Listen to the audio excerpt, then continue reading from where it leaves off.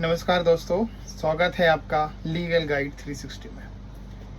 दोस्तों, आज हम बात करेंगे एडवोकेट अमेंडमेंट एक्ट 2026। तो फाइनली मैं आपको बता दूं, बीसीआई ने advocate amendment act 2026 public opinion के लिए रिलीज़ कर दिया है। अभी ये कानून नहीं बना है, सिर्फ एक ड्राफ्ट है। तो इसमें जो मेजर चेंजेस हुए हैं ना, मैं उनके बारे में बताऊंगा। साथ ही एक लॉ स्टूडेंट हैं, आप एडवोकेट हैं या और भी कोई लीगल फील्ड से हैं, तो आप इसमें अभी सजेशन भेज सकते हैं। आपकी नज़र में जो लगे कि ये सजेशन भेजा जा सकता है या ये सजेशन इम्पोर्टेंट हो सकता है।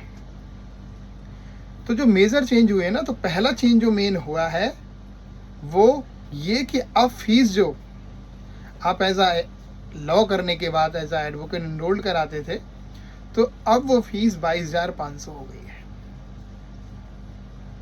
750 जो सुप्रीम कोर्ट ने की थी, इसको रोक के रखा हुआ था, वो अब 22,500 बीसीआई ने ड्राफ्ट के अंदर लिखी हुई है और उसके पीछे रीजन भी बताए हुए हैं।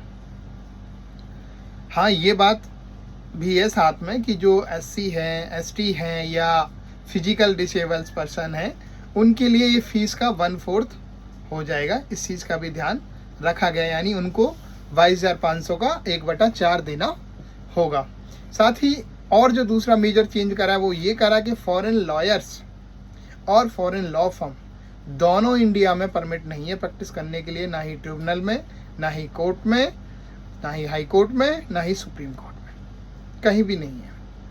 साथ ही एक इसका एक्सेप्शन दिया कि इंटरनेशनल आर्बिट्रेशन ट्रिब्यूनल कोई है, अगर वो इंटरनेशनल लॉ से गवर्न हो रहा है तो वहाँ पे एक्सेप्शन है, वहाँ पे कर सकते हैं। साथ ही एक एक्सेप्शन और दिया है कि सेंट्रल गवर्नमेंट के साथ अगर किसी कंट्री की ट्रीटी है और वो कंट्री हमारे लॉयर्स और हमारी लॉ फर्म्स को वहाँ अलाउ करी हुई हैं, तो इस केस में भी अब थोड़ा सा लिमिटेड उन लोगों को अलाउ कर सकते हैं। कि मेजर चेंज करा है, ये प्रपोजल है, अभी मैं पहले कह रहा हूँ ये कानून नहीं है।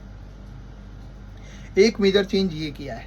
साथ ही एक जो बहुत बड़ा चेंज करा है वो ये कि अब एडवोकेट जैसे अपना रजिस्ट्रेशन कराते थे, इसी तरह अगर आपकी कोई लॉ फर्म है, आप किसी लॉ फर्म के ओनर हैं, तो वो भी इसके अंदर प्रपोज करा है कि वो भी अब आपको बीसीआई से रजिस्टर्ड करानी पड़ेगी, यानी रजिस्ट्रेशन नंबर अब बीसीआई देगी। ठीक बात, 3 चीज़ें ये होगी।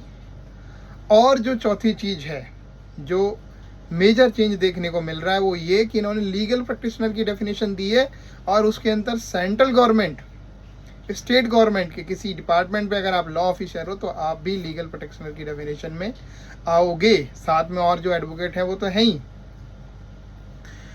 किसको शामिल नहीं किया है इसमें, तो इन हाउस लॉयर्स को शामिल नहीं किया। अब इन हाउस लॉयर्स क्या होता है? इन हाउस लॉयर्स मैं आपको बताऊं तो ऐसे लॉयर्स जो मैं मान के चलो किसी अमेजोन कंपनी के लिए काम कर रहे हैं, आईसीआई में काम कर रहे हैं, किसी प्राइवेट इंस्टीट्यूशन में एज अ लॉ ऑफिसर काम कर रहे हैं, तो उनको लीगल प्रैक्टिशनर नहीं करा हुआ है।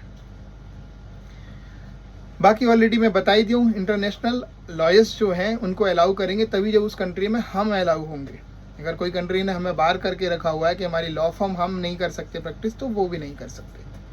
साथ ही बीसीआई ने इसमें एक प्रपोजल जो और दिया हुआ है इस अमेंडमेंट एक्ट 2026 के अंतर्गत कि एआईबी का एग्जाम तो ये कराता ही था, अब अगर किसी यूनिवर्सिटीज़ में अगर आपको एडमिशन देना है, जो क्लैट का एग्जाम आप सुनते थे, उसको भी यही कंडक्ट कराएंगे एडमिशन से रिलेटिंग, और किसी और यूनिवर्सिटी से रिलेटेड जो भी चीज़ें हैं उनको भी, जो एग्ज़ाम से रिलेटेड चीज़ें वो सब यही कंडक्ट करेंगे। ये भी प्रपोजल दिया हुआ है। तो इसकी एक ऑफिशियल मेल भी है, उस पर आप अपने सजेशन 31 जुलाई 2026 अभी जो आने वाली है इस तक अभी दे सकते हो। आज 22 है, तो अभी आपके पास 7-8 दिन है, तो आप मेल के जरिए इस पर अपने सजेशन भेज सकते हैं।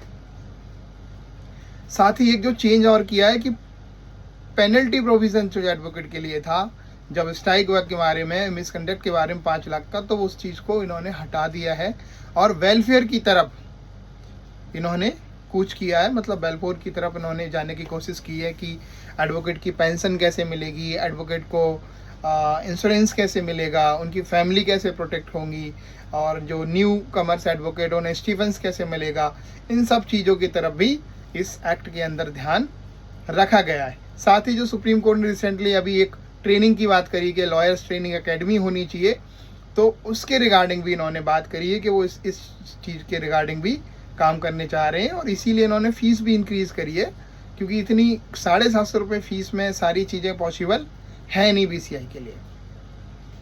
तो मेजर चेंजेस तो जो इस बिल के अंदर देखने को मिल रहे थे वो यही थे।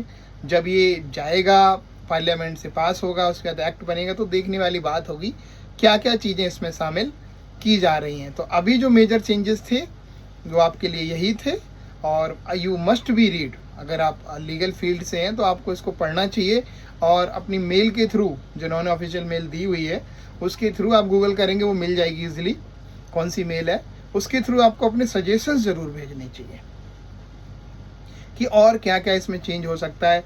एडवोकेट के नोवेल प्रोफेशंस के रिगार्डिंग भी इन्होंने कुछ रूल्स बनाने की कोशिश की है। तो बहुत सारी चीज़ें इसके अंतर्गत शामिल की हुई हैं, एक अच्छा खासा ड्राफ्ट तैयार किया है। You must be read. Thank you so much. Join our channel and subscribe.